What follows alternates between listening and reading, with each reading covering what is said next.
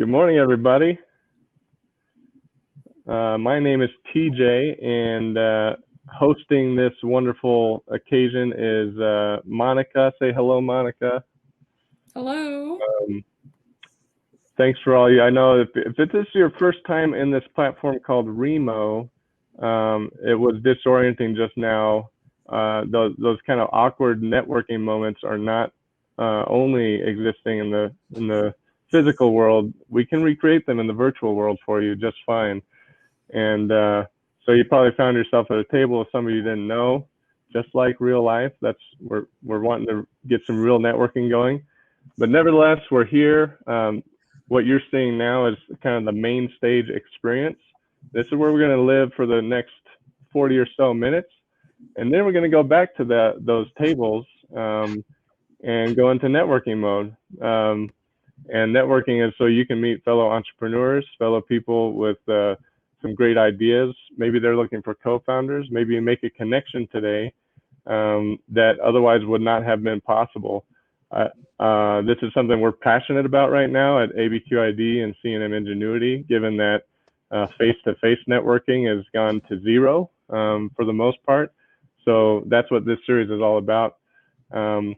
I'll be hosting the conversation, but I wanted to kick it over to Monica a little bit so she could tell you a little bit about who we are and this format and a few kind of procedural guides for you all. All right, so we're going to get started this morning. At first, you'll notice we're in presentation mode right now, but once we are done with our speakers, then we're going to go back to those tables. And if you haven't been clicking around, you'll double click to move tables at any time. And then you can move around. We're going to let you ask questions of all the presenters at the end once they're done speaking, in case you have any. You can always type them in the chat also. You'll notice at the bottom, you'll have a chat window, or on the side, if you go to the chat, you can type things in. Feel free to put your name in there, where you're from, contact information, so people can get back to you. And then there's different views also at the bottom. You'll be able to see a table view, or you're going to see the view where you're seeing people on your screen as well. The floor view or table view. And if you have any questions, feel free to put them in the chat, and I'll do my best to answer them and help you out to see what you need. Otherwise, you'll have your camera and your microphone that you can turn on and off. You can also mute them and not. There's whiteboard features and all kinds of different things also. So I will let TJ get started. First of all, Somos Unidos. We just won 2-0 last night. I'm sure everybody watched the game. I know I did. I'm a big soccer fan, but great things happening in the state of New Mexico. One of those great things is this conversation I'm going to have with Charles and Mike. So honored that they took some time to be with us as part of what we're calling the Startup Retool series. We are in an age where startups need to retool, need to rethink, need to repartner. And many of us, our startups are getting killed, so we're looking at other startups. Many of us, our startups are getting asked to rise up quicker than we thought they would need to. And then in that strange middle ground that's prompted by COVID and everything happening, we're being asked to pivot, right? And understand where to next, and how do I keep the vision alive? How do I keep the business alive? So the topic today, and you can go to activatenm.com/events and see previous events. We've had some really great people having conversations like this for the past several months, really, since COVID started. But today's topic is really around co-founders, business partners, how to find a co-founder.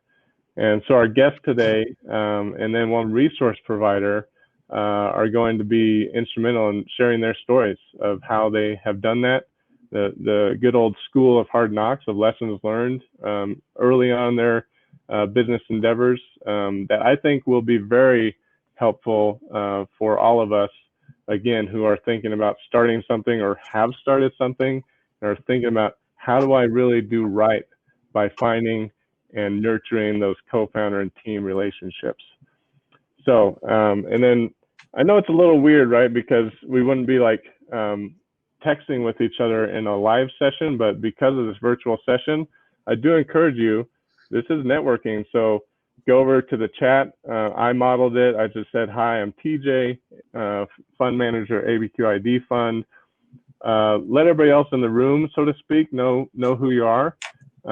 Connections get made by sharing information. Try to keep it short, don't write a book just yet. But yeah, really cool founders in the room. And I know it's helpful for Charles and Mike to see who's in the room and some faces they know, I'm sure, and some faces they don't know. Okay, with that being said, I'll be the host and I'll be monitoring the Q&A too. So if you do have some questions that we might be able to fold into the conversation, we'll definitely do that. And hey TJ, somebody's typing and there's a phone call too happening. TJ, so, can you hear me? I got you.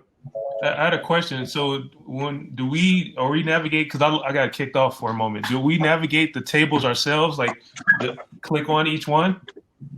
Or yeah, are you guys like moving us around?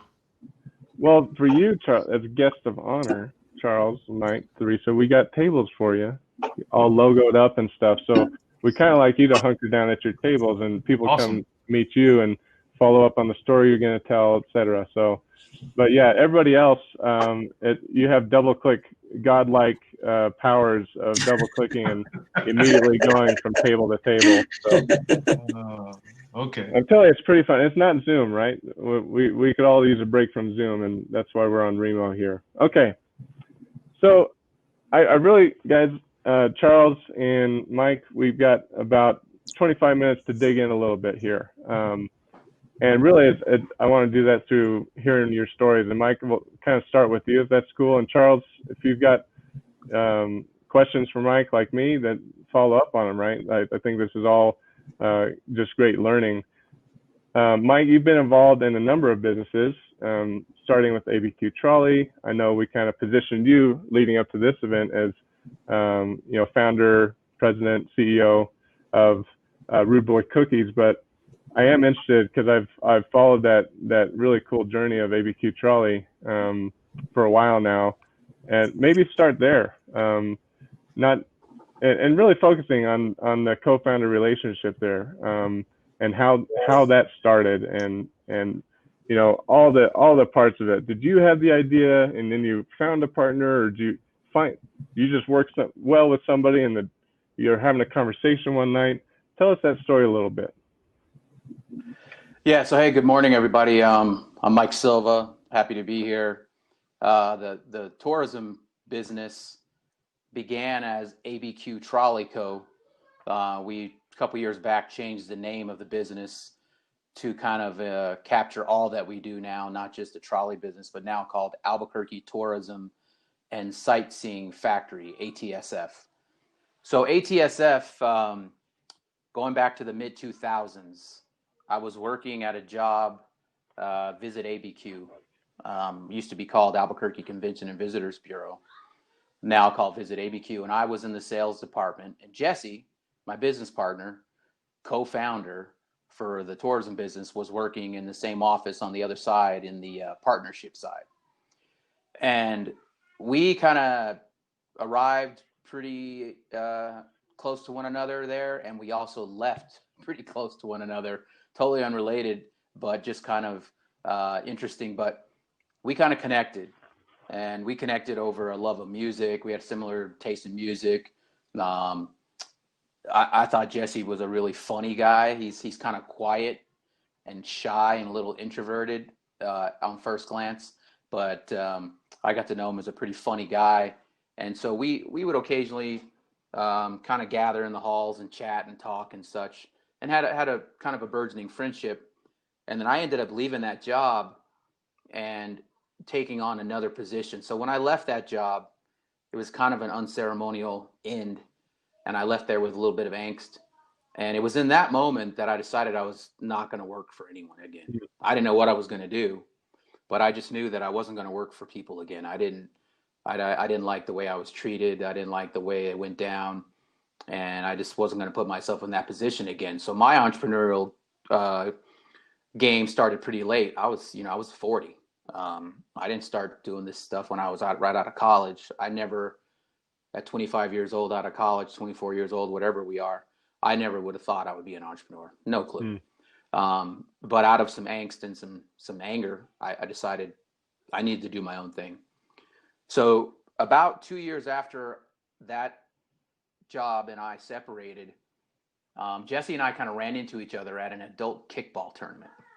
We had a mutual friend who had invited us independent of one another to play on this kickball team. So we did this kickball tournament. And after the tournament, we were in the parking lot talking, catching up. Jesse had since left to visit ABQ and had a job. And we were both pretty frustrated, not happy where we were. And we decided to go have lunch a week later. So we sat at the Taco Cabana on the west side. We sat on the patio. We sat there for about 5 hours. Wow. We ate chips and salsa until they wouldn't bring us anymore. We drank pitchers of Diet Coke, true story, and we stared at the Sandia Mountains from that patio and we talked. And we decided we were going to go into business together, and then what that would be, we didn't know, but we just knew we wanted to work together. So the co-founder relationship was born out of a respect and admiration for one another and a confidence in one another. I don't think I could have started a business on my own. I don't know if I had the courage to do that on my own.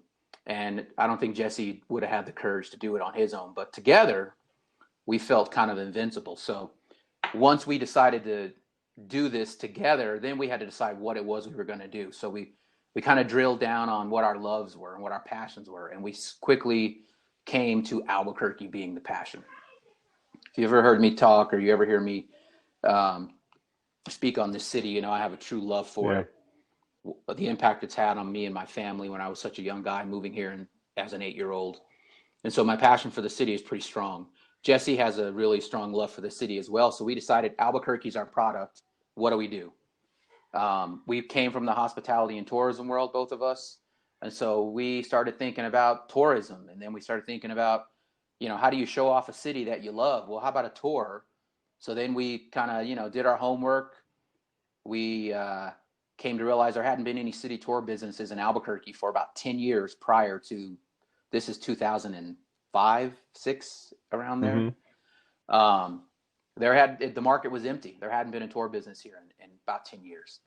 So that's what we decided, that when we got up and walked away from Taco Cabana that day, we decided we were going to start a tourism business. We were going to do trolley tours of Albuquerque, and we were going to get a double-decker trolley. And, we had all these grand plans until we started seeing the cost for that stuff. And then we set out to get that done. Now, it took us about 2 years to get it all done. I want to butt in a little bit, because that's, how many different stories could you tell from that point, right, in terms of what happened in those 2 years. But I just want to drill down a little bit more. First of all, that's fantastic. And I've experienced the same. There's a few people in my life, I have them in my mind right now, that I would start something with, and it seems like you found that with Jesse. And maybe fast forward, especially kind of getting into the details, and this is not the sexy part, so to speak, of the business side, but how'd you structure it? 50-50, 51-49, LLC, LMNOP. This is where I find some founders don't have that kind of sophistication. So did that go well? Did you learn anything from structuring that? Did it evolve over time? How did that work out? Yeah, so we set out to do the business, and from the jump, we had a very equitable mindset, and we're 50-50.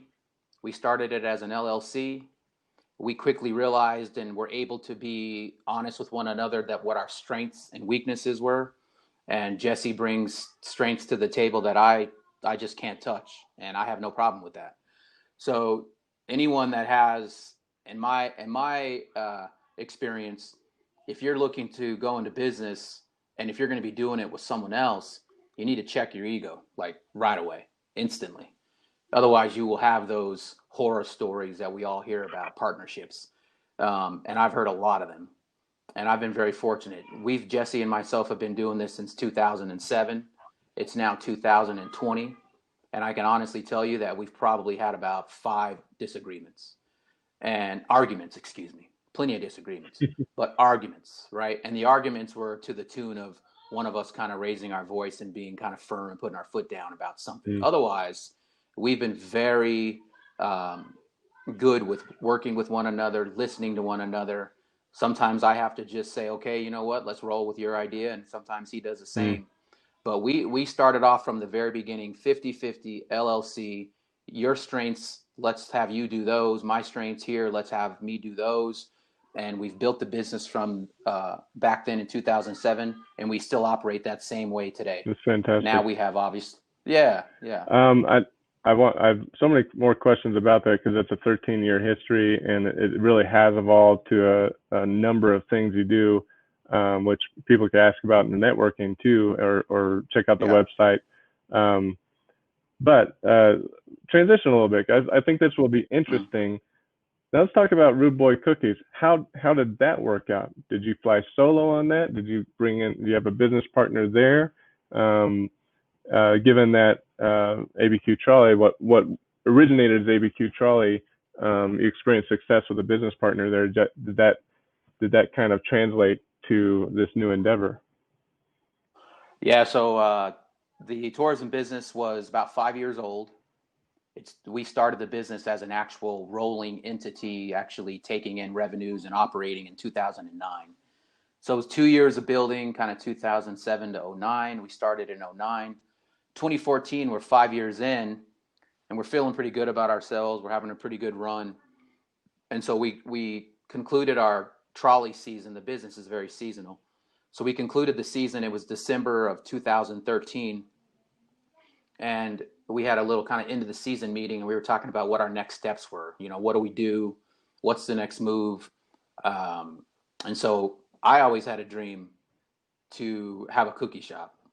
I always say that every single one of us has our kind of go-to sweet. Some people it's a scoop of ice cream. Some people it's a piece of cake or pie. For me, it's always been a chocolate chip cookie. All of those now, things. I don't know. Everything. Yeah, I'm not a baker. I don't know the first thing about baking any cookies. So here again, I know my strengths and weaknesses. So I set out to try to figure out a way to start a cookie business that would have some influences of my passion for music. So I'm a ska guy and a reggae guy. So that's where the Rudeboy comes in, and Rudeboy Cookies. We can talk about that later if people want to know. But I said to Jesse, I said, hey, man, I think we need to do something else. We need to add to our kind of catalog, you know, our inventory. I said, I think I want to start a cookie business. Now, somehow between 2009 and 14, I realized I was an entrepreneur. And now in 2014, I'm like, okay, I'm doing this again, right? So the confidence of being in business with a co-founder who, you know, has your back, builds you up, lifts you up, kind of propels you forward. And collectively, we were doing some good stuff. I kind of felt like I could take on the world. So 2014, January, I said, that's it. I'm starting the business. I woke up one morning. I said, I'm starting a cookie shop. I went back to Jesse and said, hey, man, you want to be a part of this? And he said, nah. He's like, you know, I don't really know much about that retail side, the cookie side, the business side. And again, right, that's a little bit of, you know, him being kind of honest to himself and not wanting to hurt me either. And so he said, nah, man, you go for it, but I got your back. I'll support you. There's no way I was able to start the cookie shop without the support and you know, propulsion from Jesse. He's a big part of me being able to start that business, even though he has nothing to do with it. So I started Rudeboy Cookies in 2014, and I knew that I was going to be doing that, but I had to find a baker.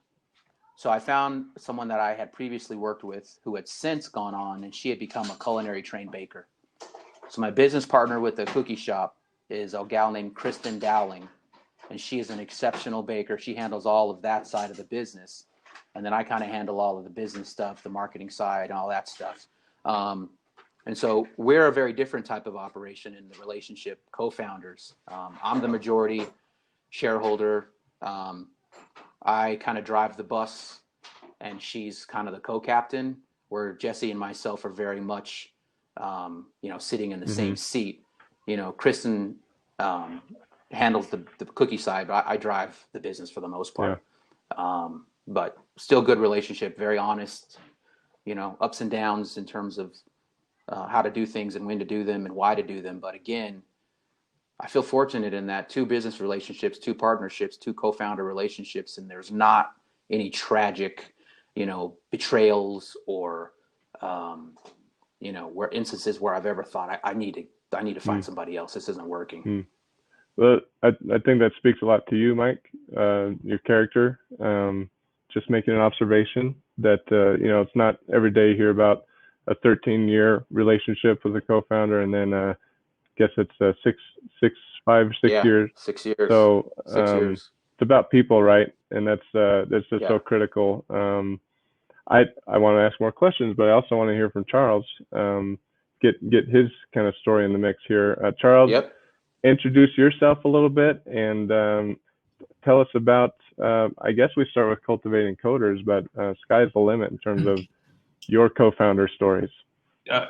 Good morning, everyone. I'm Charles Ashley III, CEO, founder of Cultivating Coders. Mike, is crazy because Jesse and I worked together when I was in government, long time ago when I was at Bernalillo County in economic development. Jesse was on the 11th floor, I was on the 10th floor. And Jesse, I think he was in economic development, but he was more so like the runner, getting stuff done.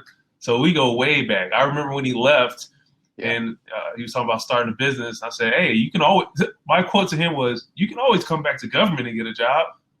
Let me interrupt that for just 1 second. So Charles is, I can say without question, is one of my best friends in the entire world. I love this man. I met him because of Jesse. Jesse introduced me to him. Jesse's the key here. Jesse's the key. Connector. He connected all of this. So and kickball, right? I love you too, brother. Kickball is also important. So my story is a little different than Mike's, probably because when I started Cultivating Coders, I wasn't even thinking of it more so as a business. It really was out of a frustration. I did some consulting work for a private university where I was helping put together accelerated tech and business programs. And you could see the gap in who were going through the programs, right? You saw very limited Black and brown folks, very limited women. It was heavy with Anglo, Asian American, right? So that was my first taste of it. And that's after I left government. So I was at Bernalillo County in economic development for, 4 or 5 years. And it was the greatest thing that actually happened because I had moved here. I had no real connections. So getting into a role in economic development, I was rubbing elbows with the mayors, governors. I was meeting everyone from the people that it would take you 30 years to meet. I kind of did like my own little timetable. I said, how long would it took me to meet all these people down the line? I'm talking from like the Richardsons to Lujan Grishams, to the Kellers, to the Mari Chavez's, all those people. And I came up with the number like probably 30 years, right? If you play your cards right. Mm-hmm. So after government, and I got out of government, I'll be very transparent. I don't like to leave stuff up to you assuming why. I didn't like politics. I didn't like how Richardson got outed and then he left. And then everything that the Democrats did was blown up when next governor came in, and it was a trickle down. Like you saw from Santa Fe all the way down to Albuquerque, where if you were associated with Democrat, whatever, everyone was trying to go Republican. And me, I'm more of a business-minded person. I'm thinking if something works, why would you blow it up? Now, I understand blowing up something if it doesn't work. So I didn't understand that government thing of if it was created by someone else, you had to do something else to put your name on it or your stamp on it. So I didn't like the politics of it. I lasted, I think, 3 to 6 months after all the turnover. I said, I can't do this anymore. So got out of government and I said, I'm going to start a consulting firm because I met so many people in economic development and I would ask them, what do you do? And they would just say, a consultant. Before that, I never really knew what that was. Like, well, what do you do though? And they're like, oh, I just tell people what to do. I was thinking, wait a minute, you get paid to do that? Like, what kind of job is this? So after that, I went out into the world, and a number of people had reached out to me and said, hey, can you help set up our operations or our strategy? That's kind of my box, right? Setting up things. Right. And so I accidentally fell into consulting. I had a couple really good clients, and then that's how it led to the private university. And then that's when I really got into the tech space. I'm not a techie, but I had to learn about the tech industry, right? And that's when I started seeing these gaps, right? I would go to conferences and it would be all white men, 40, 50 years old, or Asian American men, 30 to 50 years old. And after, I want to say like the fifth or sixth conference, I said, this can't be coincidence. Like there's something wrong here. And I addressed it. The company was like, well, we're making our money. So it wasn't an issue with them. Me, it was more of like, wait a minute, if there's this skill set that can allow you to change your life, that should be accessible to everyone, right? It shouldn't be based off of your economic status or the demographic or where you live or whatnot. So then I jumped into a role at C&M, and they were doing some great things with ingenuity, but there was still a gap there, right? There was still a gap because we were struggling to bring in Black and brown folks, even though we had different grants or whatnot. It was just, I felt as if it was the messaging, and you guys know this, a lot of business and a lot of things that you do in life is messaging. So if there's the wrong messaging or you don't have the right outreach, you're not going to get the people who you're targeting, so to speak. And it became so frustrating for me that I said, I'm gonna do it on my own. I'm gonna figure it out. I don't write code. So before I even thought about starting a business, I said, do you start a business with a co-founder? And what I learned in government, I would watch so many groups come in with a partner, and then I would meet them again the next year, and they would have a third partner. So I started asking myself the question of, is it advantageous for me to just jump in and partner with someone who they might not even see your vision, right? They might just see, it's a great idea, let's do it. So me starting something where it was more of a passion, I felt as if I build a team, structurally it's easier to manage, right? So instead of me just jumping out, I leaned on my mentors and advisors first. I just asked questions like, if you're going to start something, what would you do? And all of them said, get your stuff together from the beginning before you even do anything, meaning create the company, go meet with a lawyer, spend money on a lawyer if you have to, structurally set up the correct way. Your bank accounts, make sure you get all your bank accounts set up. Make sure if you got to get your DUNS number, if you got to go get your SAMS registration, your CAGE number, like all of that stuff, I leaned on people who had started businesses. So I didn't go into the meetings with them thinking I know everything. I went in asking with open arms, like, help me create this thing, right? So we had to start as an LLC first, but the intention was to grow into a nonprofit. If you guys know anything about the federal, grant space, you can't just start a nonprofit, jump out there and go get grants. So they want to see track record. Right. So instead of waiting like 2 years to go after grants, I said, we're going to run the LLC like a 501c3 so we can demonstrate and show the community what our program is about. So the program was take it on the road. Instead of having students come to Albuquerque, we said, we're going to go parachute into communities, live there for the 8 to 12 weeks, depending on the summer camps, and provide every person with a laptop. And we would find the funding so they wouldn't have to pay us for the program.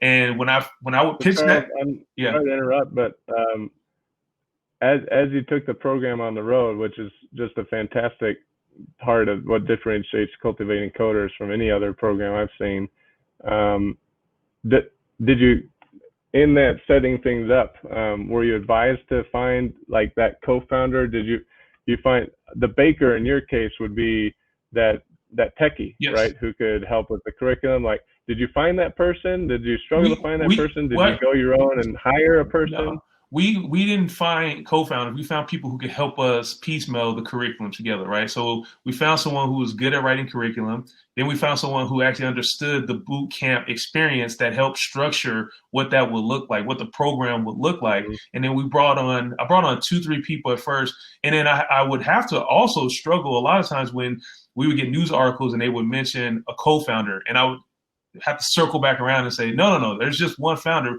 You don't want to sound selfish, but you also don't want to give off the impression that there's someone else who actually owns something that's not theirs, right? So that was the struggle that we had, that we would have to always go back and forth with people and say, no. There's one founder. There's a team of people who helped create it, but there's one founder.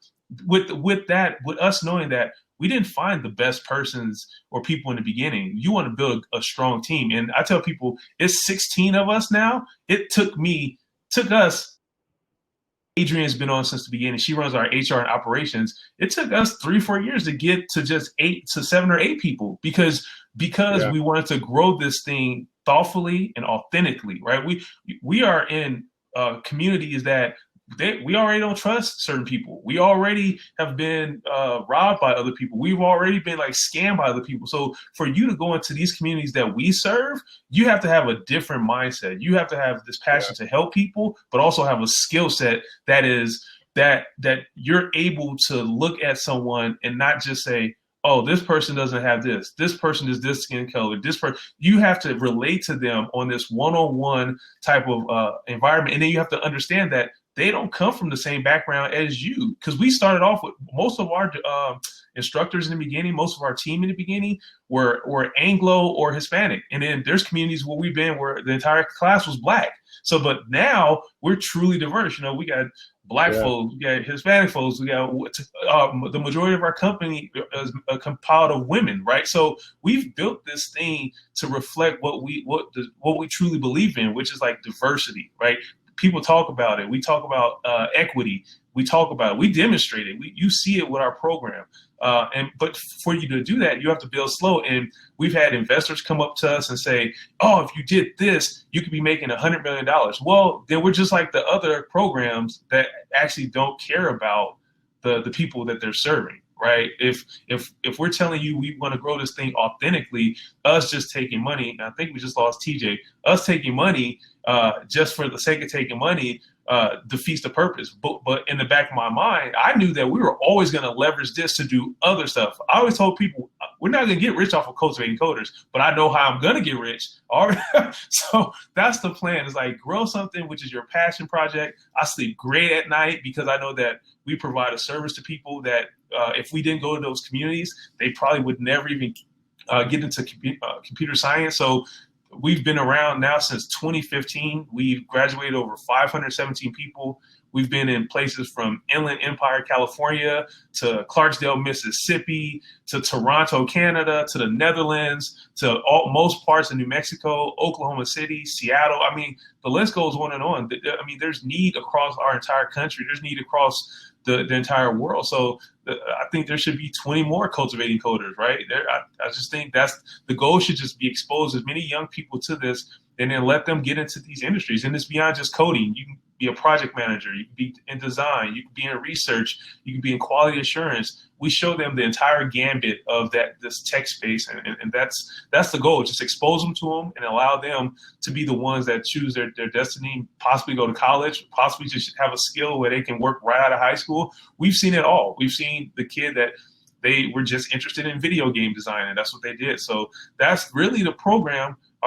Mike, I think Teresa, we're going to have to steer the show, I think, because TJ fell off. Oh, there we go. Oh, there's Monica. He's trying to get back on.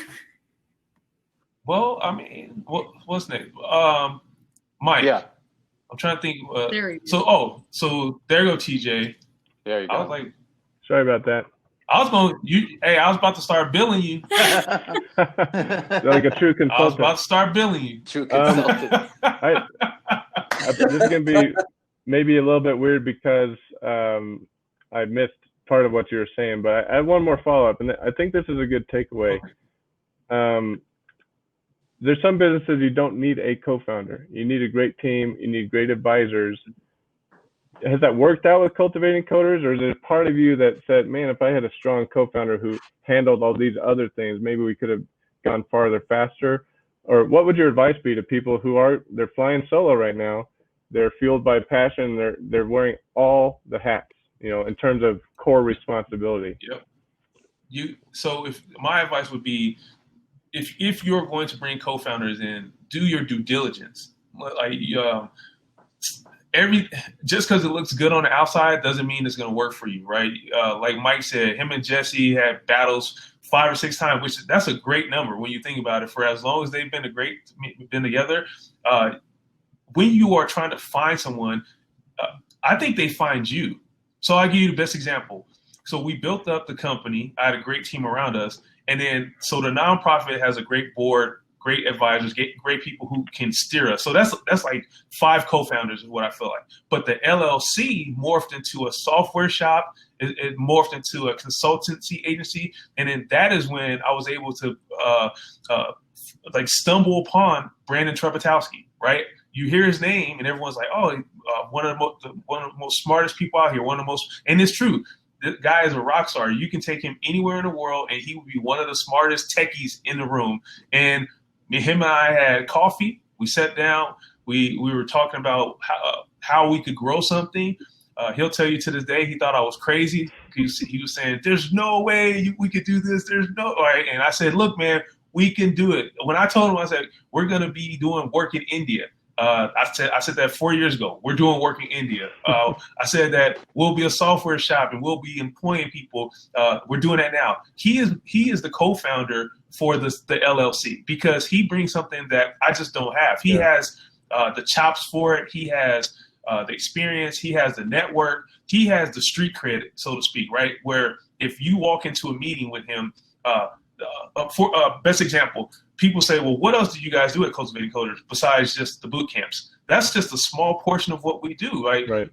The bulk of our revenue comes from writing curriculum for universities. And I can't write the curriculum. That's Brandon writes the curriculum. And this guy is sitting in meetings with people who've been in computer science their entire life. And he'll say, or are you guys teaching this? And they'll say, oh, no, can you help us teach that? So that's the strength of bringing a co-founder in. When you meet them, they're in it for the same reason as you. Like he didn't ask about money at all. All he said was, I love the mission. I love what you're doing. What's your vision? Me telling him the vision, he was on board. And from day one, it's been us just grinding away with him, helming that side of it. So my side is go meet people, talk to them, structure stuff, put the strategies together. His side is technology only, like curriculum. I don't make him take meetings he don't want to go to. I'll even call him and say, hey, man, we got to go to California. I promise it's only for a day, right? Because he all he cares about is his family, which our values align, right? I don't want to be away from my family. He doesn't. So we don't go on trips for a week. We go for one day at a time and come back and get it done. I'm going to interrupt, Charles, because of time, but, man, we could talk forever about this. And the beauty, again, of this format, everybody listening, is that we're going to break out here in a few minutes so you can follow up, ask questions to Charles, ask questions to Mike. But I do want to give a little bit of time for another person we have in the room, and that's Theresa. She's with the African American Greater Albuquerque Chamber of Commerce. And kind of the way we like to mix it up in the Startup Retool series is bring on a couple entrepreneurs.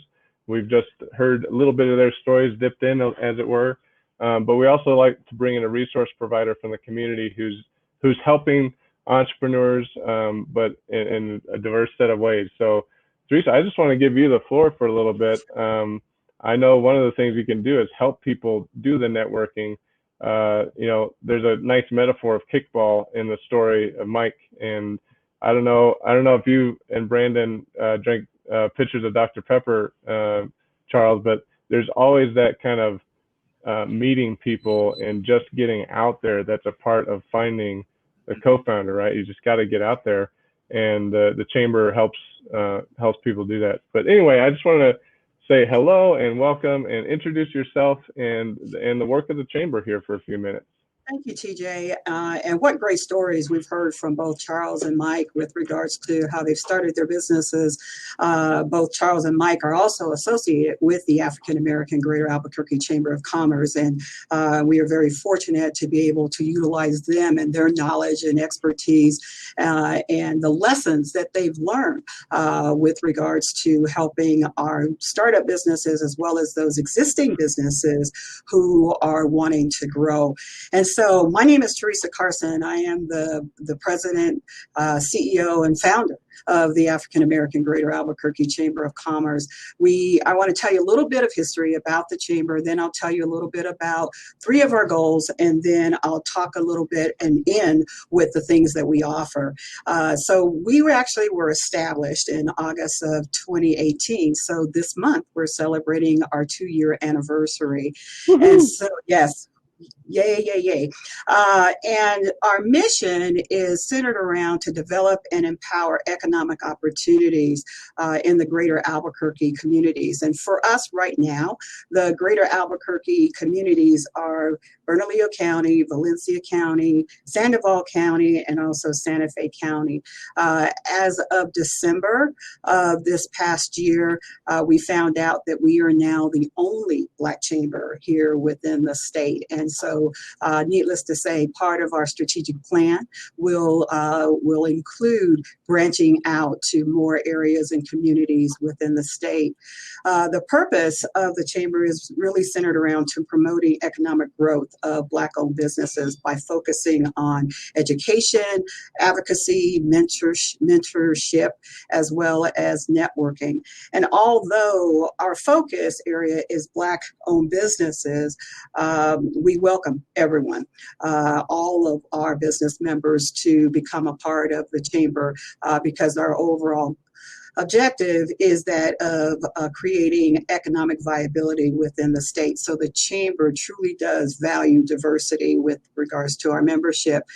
So just to talk a little bit about three of our goals. The first one is to develop economic growth by providing resources to connect small businesses to their potential clients, helping them to achieve those opportunities, and also helping them to find those particular partners or those teams in order to help them to grow. The second one is empower our members to achieve entrepreneurial excellence. And then the third one that we concentrate on is creating opportunities for businesses to reach whatever that next level is that's part of their overall objectives. So these are some of the things that we offer, and there's a lot more to this list, but in light of time, and I love having the one-on-one with individuals, so I'll be able to share more at the table if individuals have additional questions. The first one that you guys have been talking about throughout the program is that of networking. That is truly essential. We have what we call our signature 505 networking events, and it's similar kind of to this format where there is an educational component, there is a pertinent business information component, and then we like to bring together like-minded people, and we say we want to network with a purpose, not just be in the room just to socialize, but truly with an ideal purpose.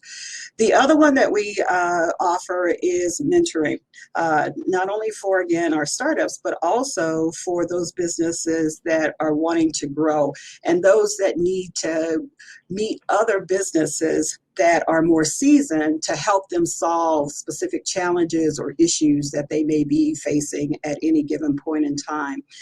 We do provide a lot of consultation, and Charles, we don't get paid for it like what you were talking about. We offer it because of the fact that we are a chamber and we want our businesses to grow. But some of our consultations are centered around funding resources for our business, trying to find those particular resources, especially now that we're in this pandemic.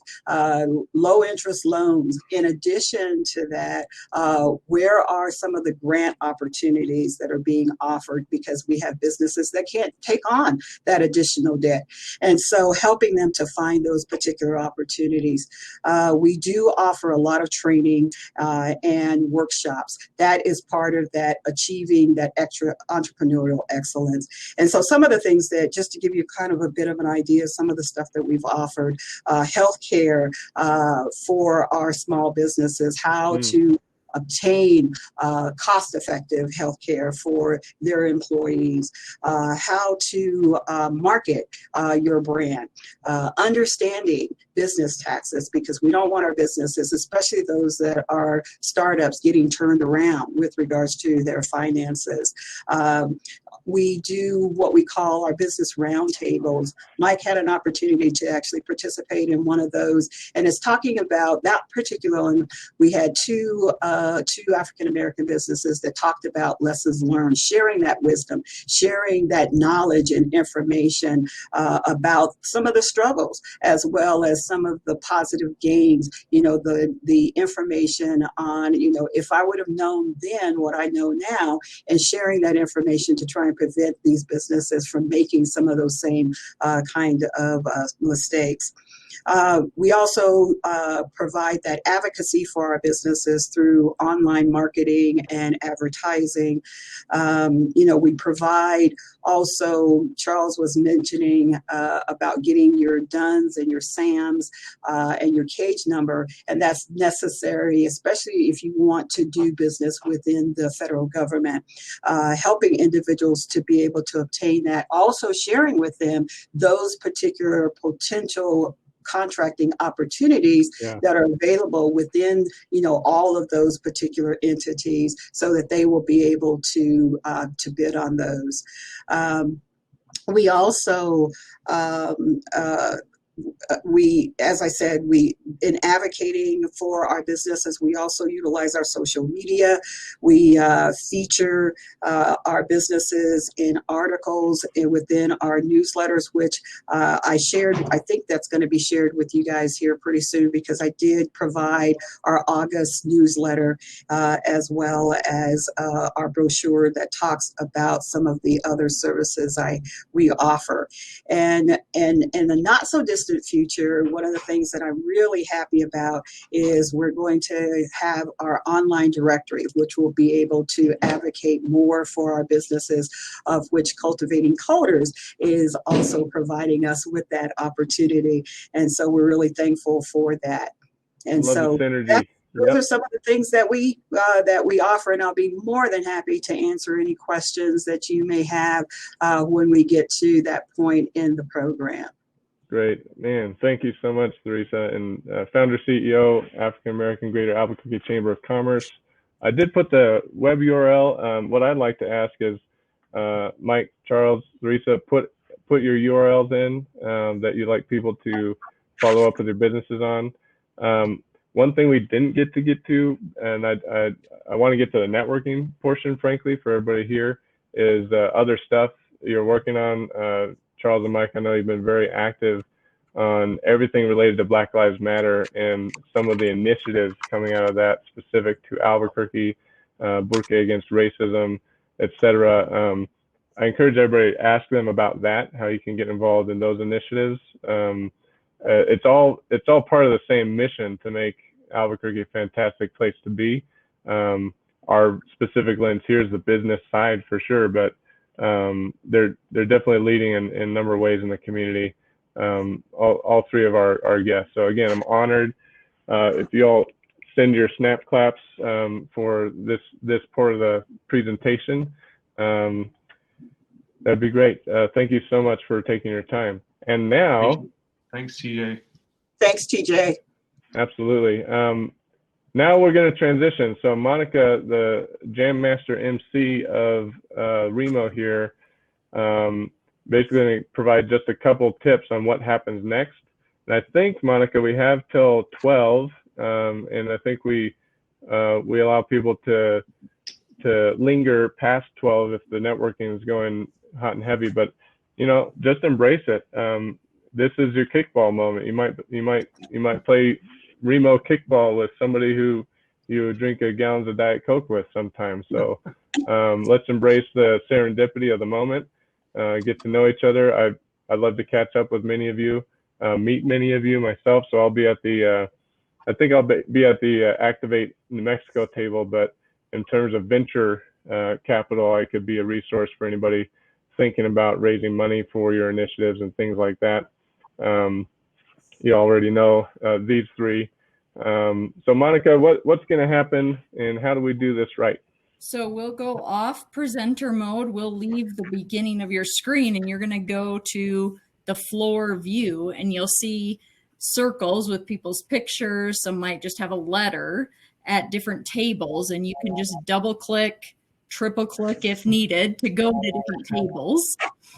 You'll see either like logos or labels of the different table topics. So feel free to jump around to the different tables. This will go till 12 and it is a hard stop at 12:30. So we have it set till 12. If you're still in conversation, that's great. But just know at 12:30, it is a hard stop. So have all the emails, phone numbers, things given in case you want to continue the conversation later. But I will turn it off presenter mode now, and everyone will be at the table. So feel free to jump around to visit with everyone. Thanks. Thank you. Yes.